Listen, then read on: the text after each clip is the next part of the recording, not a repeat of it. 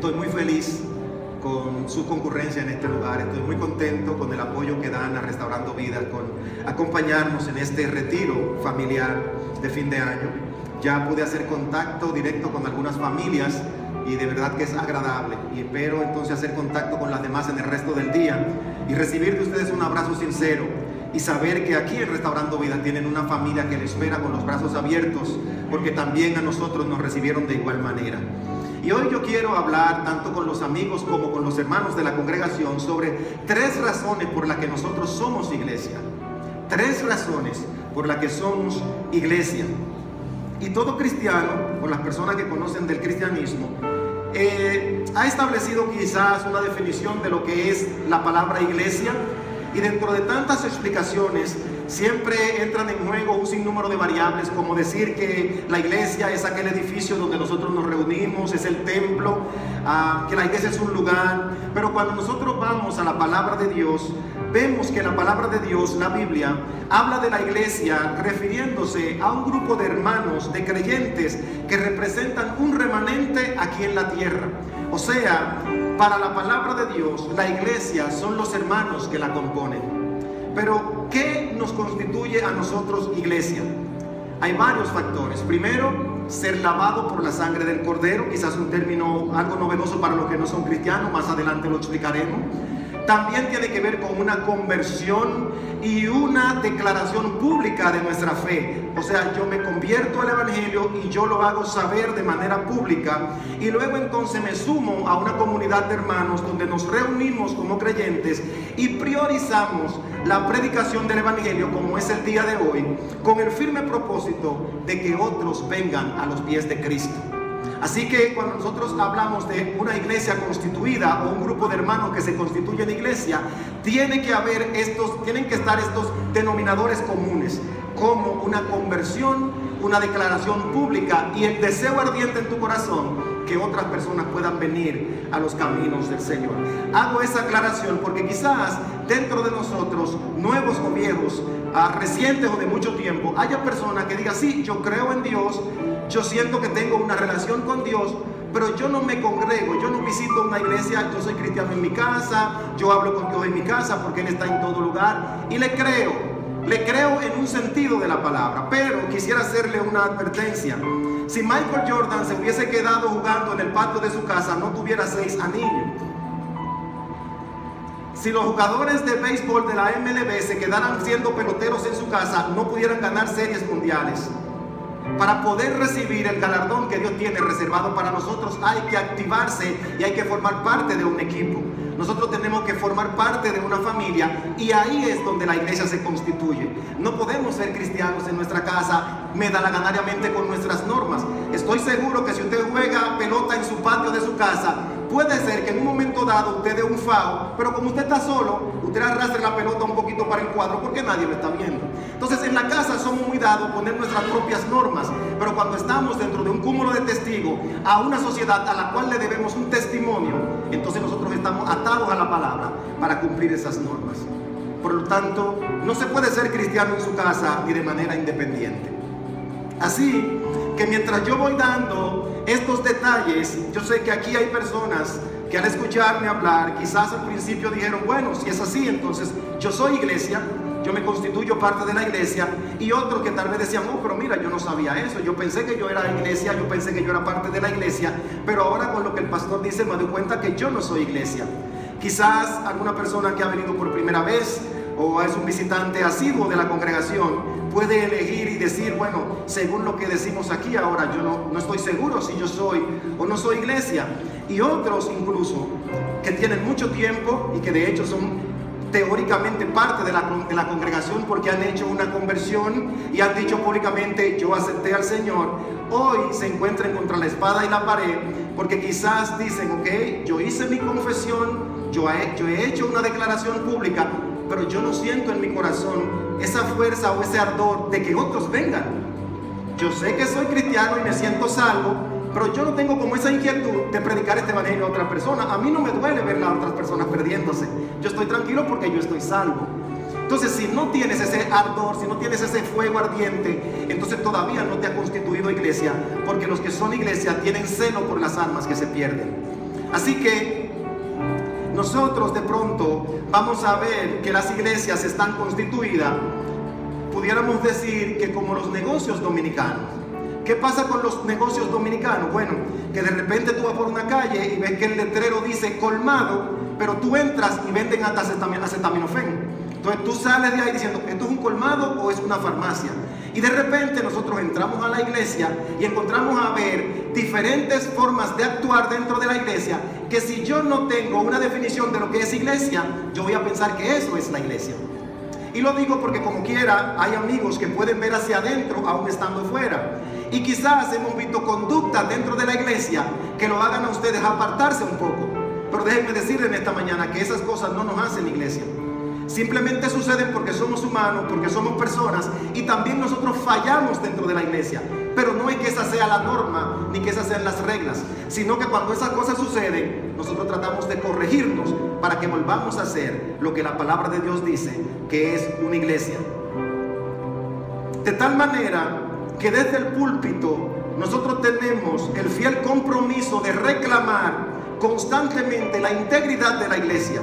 Por eso la iglesia es lo que se tiene que predicar constantemente, con celo y con preocupación.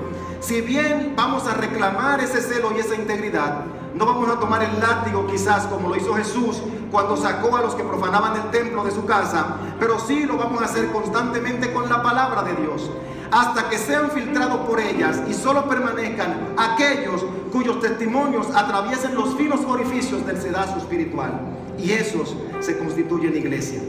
De tal manera que en esta oportunidad yo quiero presentarle 3 razones por las que nosotros somos iglesia, buscando con ello que cada uno de los que esté aquí, que no se haya decidido a ser iglesia, reconozcan la necesidad que tiene el hombre de ser iglesia, y los que ya físicamente forman parte de la iglesia se comprometan espiritualmente a formar parte de ella.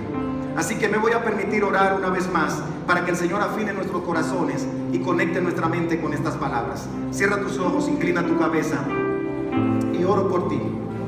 Eterno Padre Celestial, gracias. Gracias por haber traído estas personas a este lugar. Gracias porque tu amor los sostiene y tu misericordia le ha permitido prestar sus oídos para estas palabras. Yo te pido, Señor, que tú me utilices como canal para llevar tu mensaje de manera íntegra, ética y fidedigna, para que ellos puedan conocer qué es la iglesia y por qué tú quieres que ellos sean parte de ella. En el nombre de Jesús. Amén. Amén. ¿Qué nos hace iglesia? Una frase que sostiene el cristianismo es decir, que nosotros somos cristianos por convicción. Estamos convencidos de que este evangelio es real. Y cuando llega esa convicción, cuando yo estoy plenamente convencido de que este evangelio es real, entonces yo deseo compartirlo con más personas. Yo deseo compartir mi fe con los demás. Al punto que el evangelio comienza a permear todas las áreas de mi vida, y eso es correcto. Cuando tú estás convencido de este evangelio, el evangelio se mete en cada una de tus células, y eso es correcto, porque eso es lo que Dios busca. Y en ese punto, entonces se hace evidente públicamente que nosotros somos cristianos y que nos sentimos bien con ser cristianos. O sea, cuando llega un punto donde sientes placer, sientes literalmente placer en que los demás conozcan tu fe, entonces estás plenamente convencido de que eres iglesia y que no te avergüenzas de ella. Por eso esta reflexión de esta mañana es para autocuestionarnos. ¿De verdad yo en algún punto siento placer con que otras personas sepan a quién yo sigo? ¿De verdad yo tengo un compromiso con llevar este evangelio donde quiera que yo estoy, sin llegar al fanatismo o a la imprudencia, sino que de manera sabia conectamos con este tema? Así como surgen los temas de política, como surgen los temas de deporte, como surgen los temas de series de Netflix, surge un tema que tiene que ver con la humanidad. Y es el momento preciso para saber si yo siento placer en caer en este tema o derivo a un tema político, social, cultural, deportivo o cualquier otra cosa. O siento placer en compartir este tema. O todo lo contrario, me avergüenzo de compartir este tema o de hacerme público que yo soy iglesia. El apóstol Pablo le escribía al libro, a la iglesia de Roma, en el libro de Romanos, capítulo 1, versos 16 y 17, donde le decía Pablo, después de la experiencia personal que tuvo, porque no me avergüenzo del evangelio, porque es poder de Dios para salvación a todo aquel que cree, al judío primeramente y también al griego, porque en el evangelio la justicia de mi Dios se crea por fe y para fe, como está escrito, mas el justo por la fe vivirá. Pablo hablaba de sentir una satisfacción contrario a sentir vergüenza. Entonces queda establecida con esta expresión la primera razón que nos hace a nosotros iglesia. ¿Tú quieres saber si tú eres iglesia o tú quieres formar parte de la iglesia? No te puedes avergonzar de este evangelio. Al contrario, debes sentir gozo en compartir este evangelio con las demás personas, porque nosotros estamos plenamente convencidos de que este evangelio es poder de Dios para salvación. La convicción de un verdadero cristiano es ver el evangelio como un náufrago ve un salvavidas. La convicción de un verdadero cristiano es que en su mente y en su corazón está plenamente convencido que el evangelio llegó a ellos como llega un salvavidas cuando una persona está náufrago en alta mar. Un náufrago en el mar, cuando está en la penuria del ahogamiento y un barco, una embarcación se acerca a él y le lanza un salvavidas. En ese punto, el náufrago no detiene el salvavidas y se pone a ver la marca, a ver si es buena o si es chino. El náufrago no le dice a la embarcación: bueno, es que este salvavidas que me tiraste es rojo y me recuerda al escogido y yo soy liceísta. En ese momento el náufrago no piensa si este salvavidas es bueno o es malo. Que Dios bendiga a los liceístas esta mañana. El náufrago simplemente recibe el salvavidas porque es un asunto de vida o muerte. Cuando el náufrago ve el salvavidas, deposita toda su fe y toda su esperanza en ese salvavidas y no se suelta de él hasta que sube a bordo. ¿Usted cree que luego de estar a bordo del barco, el salvavidas y el náufrago abrazado, usted cree que ese náufrago va a sentir vergüenza de ese salvavidas?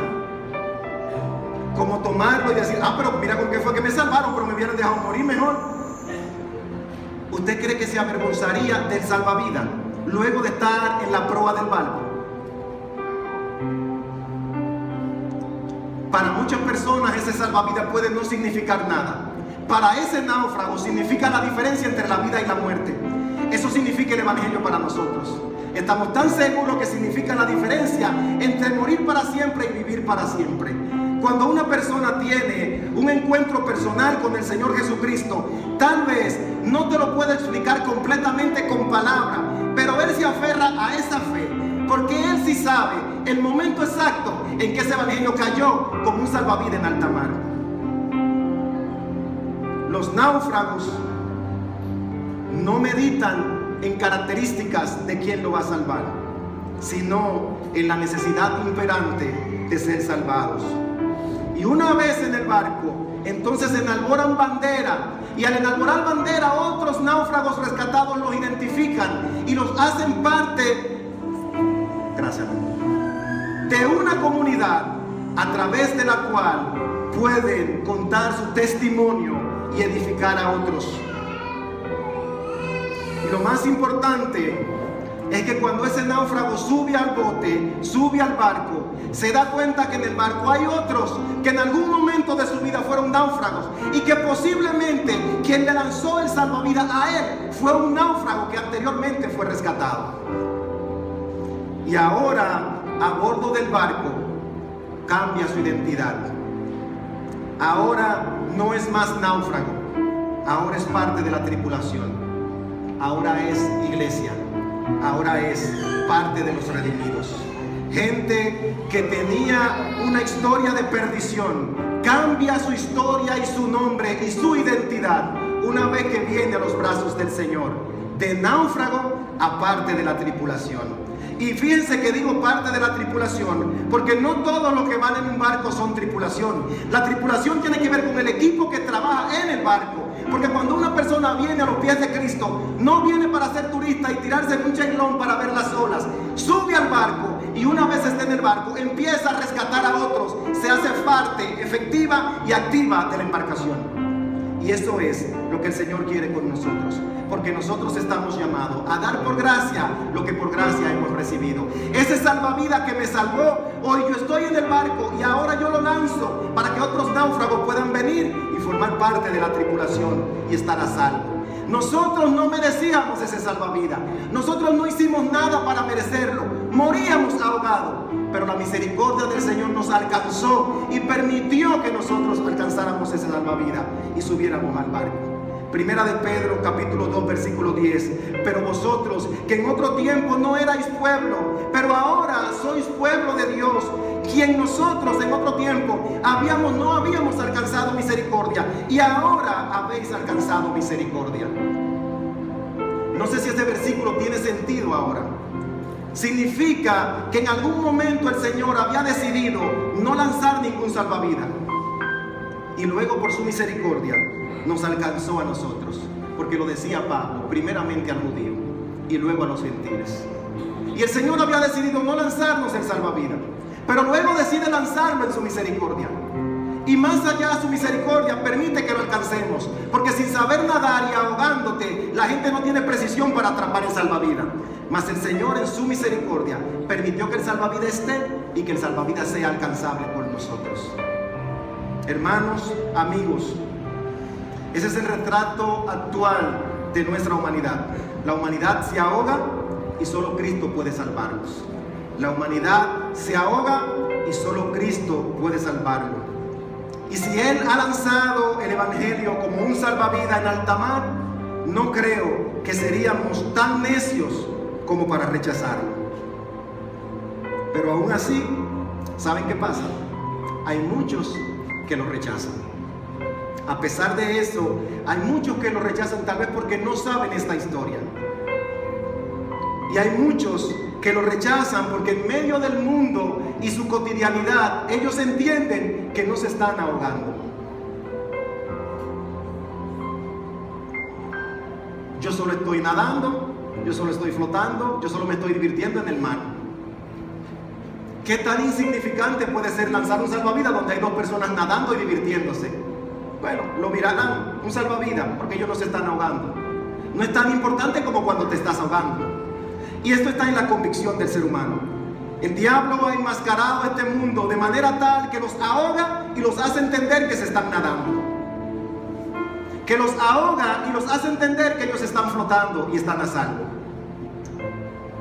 Pero no es que no se estén ahogando, es que no se están dando cuenta que se están ahogando. No es que este mundo no te esté ahogando, te está ahogando.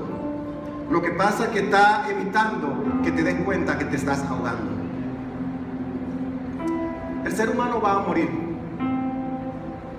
Y creas o no en una vida después de esta, vas a morir. Si la hay o no la hay, vas a morir. Si no la hay, moriste. Y si la hay, moriste. Pero si la hay y moriste, hay una consecuencia después de. Por eso el enemigo nos tiene a todos con la apariencia de que estamos a flote, cuando realmente nos estamos ahogando. Y muchos que están en esa condición de sentir, yo estoy nadando, yo me estoy bañando, yo estoy disfrutando el mundo, yo estoy disfrutando la playa, yo no me estoy ahogando. No es que no se estén ahogando, es que no saben que se están ahogando. Y quizás en ese punto podríamos hablar un poco de medicina. Todos podemos identificar fácilmente una persona que se está ahogando. O sea, si yo veo a una persona en el mar, en el agua, fácilmente yo puedo identificar si se está ahogando o no. Es una diferencia muy drástica entre una persona que está nadando y uno que se está ahogando. Eso es evidente. Y los que han tenido quizás una experiencia de riesgo de ahogamiento me pueden entender mejor. Los que han estado en riesgo de ahogarse me pueden entender mejor. Pero déjame decirte algo. Hay en medicina lo que se llama ahogamiento tardío, ahogamiento seco o ahogamiento secundario. ¿Y qué es eso, doctor, pastor, qué sé yo, como sea? El ahogamiento seco, secundario o tardío se da más comúnmente en los niños. Niños que van a la playa, están chapuceando, se sumergen accidentalmente, tragan una bocanada, esa bocanada es broncoaspirada, o sea, va a sus pulmones. Ellos suben rápidamente y dicen, ay, me di un trago. Esa es la expresión, ay, me di un trago. Siguen jugando, dan las 2 de la tarde, las 4 de la tarde, se van de viaje a su casa de regreso, en el vehículo muy bien, llegan a la casa, el niño se acuesta y se muere durmiendo. Cuando llega el legista, diagnóstico de muerte, ahogamiento tardío, ahogamiento en seco, ahogamiento secundario. ¿Qué pasó? Que se estaba ahogando y él no sabía que se estaba ahogando. Entonces, doctor, ¿cómo así mismo? Ese poco de agua que cayó en sus pulmones produce una reacción irritativa y empieza a producir líquido desde dentro hacia afuera. Y el pulmón empieza a hincharse y a producir líquido. Y si el pulmón está hinchado y produce líquido, el espacio es más estrecho. Y el niño se ahoga tranquilo en su cama. Ya veo los ojos de las madres que se le están saliendo. Ay, mi hijo no va para la piscina esta semana. Pero ese no es el punto. El punto es que de esa misma manera el enemigo está atrapando esta sociedad de manera tal que los está ahogando de manera tardía, porque el día que esta vida termine se van a dar cuenta que el diagnóstico de muerte será ahogamiento tardío, ahogamiento en seco. Pero no se dio cuenta que se estaba ahogando, pero se estaba ahogando. Por eso, este es mi llamado. Toma el salvavidas, sube a la barca, Jesús te espera. Y cuando subas, no te avergüences de aquel que te devolvió la vida. Lo que somos iglesia, no nos avergonzamos del evangelio, porque es poder de Dios. Y esa es una de las razones por la que somos iglesia. Una segunda razón por la que somos iglesia es por el gozo. El gozo del Señor identifica a la iglesia. Y cuando hablamos del gozo del Señor desde el punto de vista bíblico, no es que siempre los cristianos nos estamos riendo. No, los cristianos sufrimos y de hecho somos llamados al sufrimiento, porque dice la palabra que en este mundo tendremos aflicciones. No significa que siempre estamos bailando y cantando, para nada. El gozo del Señor no es alegría necesariamente o risa. El gozo del Señor es una convicción que tiene el cristiano, porque nuestra historia tiene un final feliz. Ese es el gozo del Señor. Saber, son spoilers que el Señor nos ha dado a través de la Biblia, que sabemos que nuestra historia tiene un final feliz. Puede ser nuestra vida tan compleja como la de Job, puede ser de tanto suspenso como la de Moisés, puede ser tan dramática como la de Abraham, puede ser de tanta acción como la de David, puede ser tan drástica y grotesca como la de Esteban, pero al final es tan esperanzador como lo sintieron los discípulos cuando vieron al Señor ascender al cielo y 2 varones vestidos de blanco que descendieron al lado de ellos y le dieron una palabra declarándole una promesa. Eso está registrado en el libro de Hechos. En el libro de Hechos, capítulo 1, los versos 10 y 11, donde dice estas palabras, hablando de la ascensión de Jesús, cuando resucita y se va al cielo. Dice, y estando ellos con los ojos puestos en el cielo, entre tanto que Él se iba, o sea Jesús, he aquí se pusieron junto a ellos 2 varones con vestiduras blancas, los cuales también les dijeron a los discípulos, varones galileos, ¿por qué estáis mirando al cielo? Este mismo Jesús que ha sido tomado de vosotros al cielo, así vendrá como le habéis visto ir al cielo. A partir de ahí, todas las vicisitudes que pasaron los discípulos le producía gozo, porque ellos decían, no importa lo que a mí me suceda, al final de mi historia, ese Jesús que se fue, volverá por mí. Ahí radica el gozo de todo cristiano. Todo cristiano quiere prosperar, es verdad. Todo cristiano quiere casa, es verdad. Quiere auto, sí, quiero salud. Eso es normal y fidedigno para todo cristiano. Pero su gozo no se endosa a esas cosas. Su gozo no depende de esas cosas. Porque esas cosas se van con el uso y el mundo las puede quitar. El gozo del cristiano no está basado en algo que el mundo me puede quitar. El gozo del cristiano está basado en algo que el mundo no me dio, y como no me lo dio, no me lo puede quitar. Entonces, varón,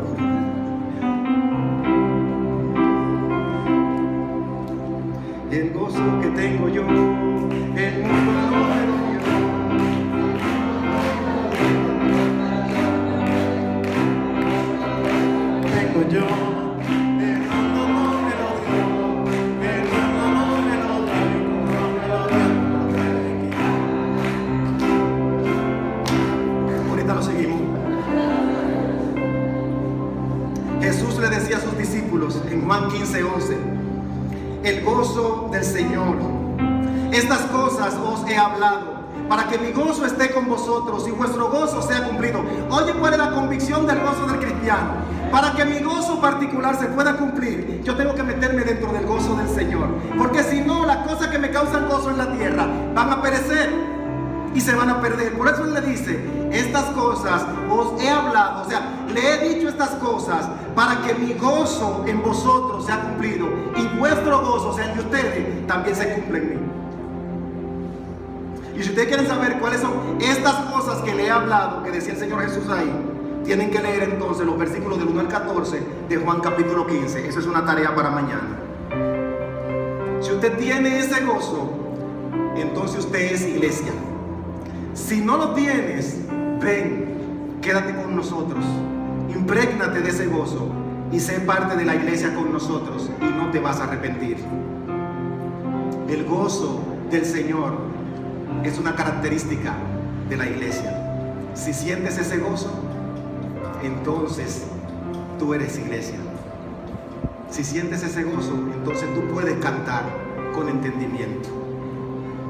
Y una última y tercera razón por la que somos iglesia es que, habiendo sido salvos y sentirnos gozosos en el Señor y no sentir vergüenza por lo que el Señor ha hecho por nosotros, no nos contenemos y queremos compartir con los demás las verdades de este evangelio. Y esto se convierte en un acto de obediencia, porque es un mandato del Señor. O sea, nosotros sentimos placer en predicar, pero a la misma vez cuando predicamos estamos obedeciendo a Dios.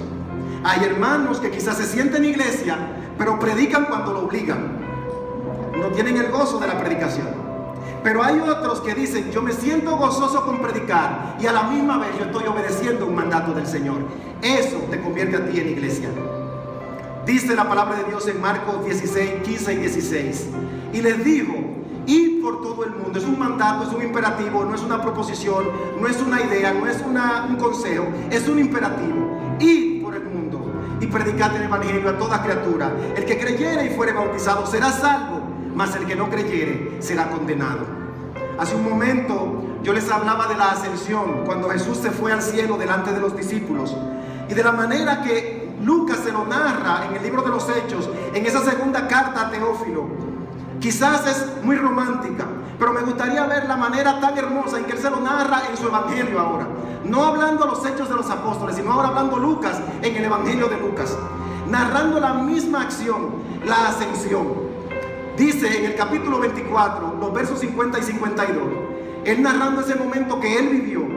Entonces lo condujo fuera de la ciudad hasta cerca de Betania y alzando sus manos los bendijo. Y aconteció que mientras los bendecía, se separó de ellos y fue llevado arriba al cielo. Ellos, después de adorarle, regresaron a Jerusalén con gozo y estaban siempre en el templo alabando a Dios. Esa es una de las características que los hace iglesia. Vieron al Señor al irse, sabían que venía por ellos y fueron al templo para adorar a Dios y estaban siempre con gozo. Pero ahora nosotros vamos a ver la manera en que Marcos lo describe. El evangelista Marcos, que también pudo notarlo, dice en el capítulo 16, versos 19 y 20, y el Señor, después que les habló, fue recibido arriba en el cielo y se sentó a la diestra del Padre. Y ellos, saliendo, predicaron en todas las partes, ayudándoles el Señor y confirmando la palabra con las señales que la seguían. Amén, termina diciendo Marcos. Marcos y Lucas narran la ascensión como una chispa que despertó la iglesia, porque Lucas dice, ellos vieron al Señor ascender y se fueron para el templo y allí crecieron y maduraron y se hicieron iglesia. Entonces Marcos dice, y luego que se maduraron y hicieron iglesia, salieron por todos los lugares a predicar. ¿Sabe qué significaba eso? No se avergonzaban del evangelio porque sabían que era poder de Dios. Sentían el gozo de la salvación y el gozo del Señor, y sobre todo obedecían el mandato de la gran comisión. Se congregaban, pero también salían a predicar. Así que los discípulos fueron nuestro primer ejemplo de iglesia. Los que en algún momento se avergonzaron del Evangelio, ahora predicaban públicamente. Los que un día perdían las esperanzas por ver a un Jesús crucificado, ahora sienten el poder del Evangelio por creer en un Jesucristo resucitado. Pedro, que le negó 3 veces, ahora predicaba delante de miles en el Pentecostés y delante de cientos de curiosos en el pórtico de Salomón cuando sanaran un inválido, porque habían reconocido lo importante que era ser iglesia. Finalmente, el apóstol Pablo, escritor de la carta a los Filipenses, conocida la carta de los Filipenses como la carta del gozo, porque es de las pocas cartas que Pablo escribió contento. Si usted lee todas las cartas de Pablo, Corintios, Éfeso, Colosenses, todas eran peleando, pero a Filipenses le llaman la carta del gozo, porque en lugar de pelear, Pablo se había encontrado con una iglesia que estaba siendo iglesia y él se sentía feliz por eso.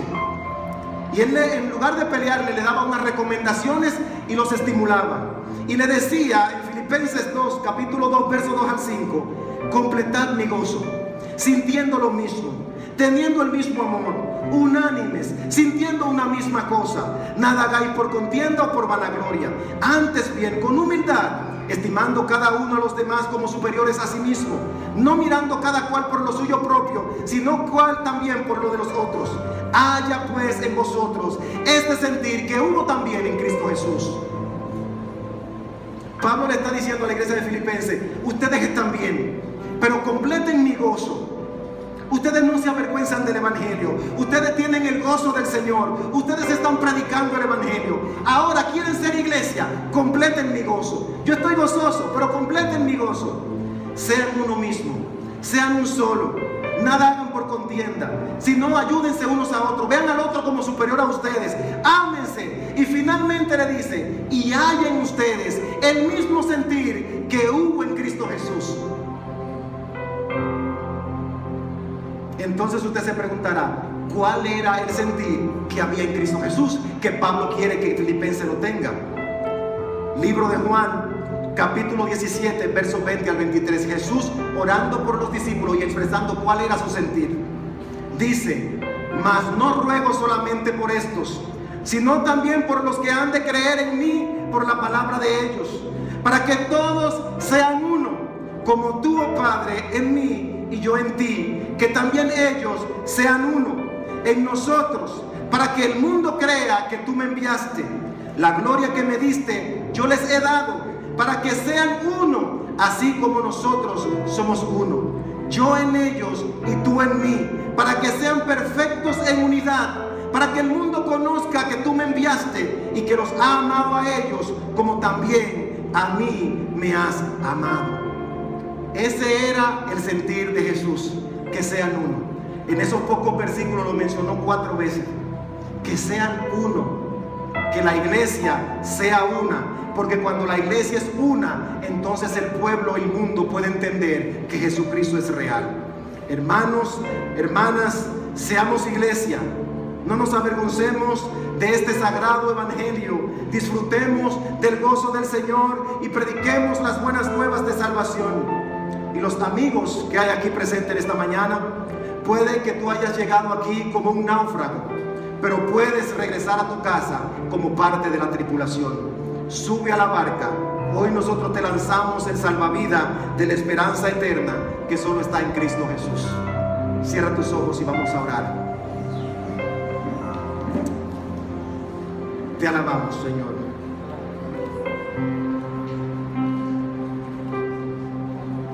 Gracias, Dios. Gracias, Señor. Gracias, eterno Padre, por tu misericordia y por tu amor.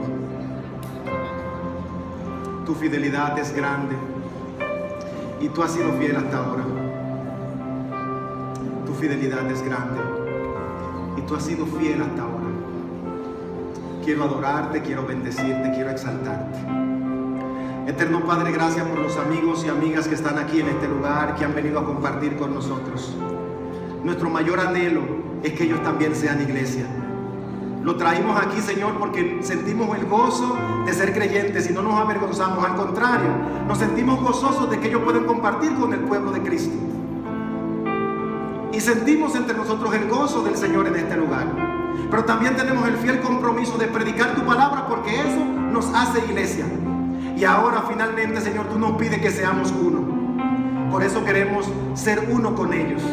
Queremos que ellos sean uno con nosotros, que ellos también formen parte de esta congregación, formen parte de esta familia, formen parte de esta comunidad de hermanos y puedan disfrutar del gozo del Señor. Que no perezcan en la profundidad del mar, confundidos por si se ahogan o no. Que el enemigo no los engañe hasta llevarlo a la deriva y luego no puedan regresar a puerto seguro. Que en esta mañana puedan reconocer su realidad y saber que solo en ti hay esperanza, y se hagan de ese salvavidas y suban al barco y cambien su identidad de náufrago a tripulación. Y que tu gracia les sostenga por los siglos de los siglos. Por los siglos de los siglos. Amén y amén. Hoy es un día largo entre nosotros. Por lo tanto, si estas palabras han tocado tu corazón, como decía Omar, algunos de los líderes ya se identificaron. Acércate a uno de ellos y di: de alguna manera estas palabras tocaron mi corazón. Quiero tener una conversación contigo. Tengo preguntas sobre el cristianismo, tengo preguntas sobre la iglesia. Si hay algo que tú entiendes que te causa confusión o no entendiste a plenitud, acércate a mí. Durante todo este día nosotros vinimos aquí a estar con ustedes, a amarlos a ustedes, a gozarnos con ustedes, y estamos prestando nuestros oídos y nuestro corazón a cualquier duda o pregunta. Si tú eres un amigo y fuiste invitado por alguien, es porque ese alguien te ama y quiere que tú sepas a qué familia él pertenece aparte de la tuya, y es esta familia de la fe. No te vayas de este lugar con lagunas.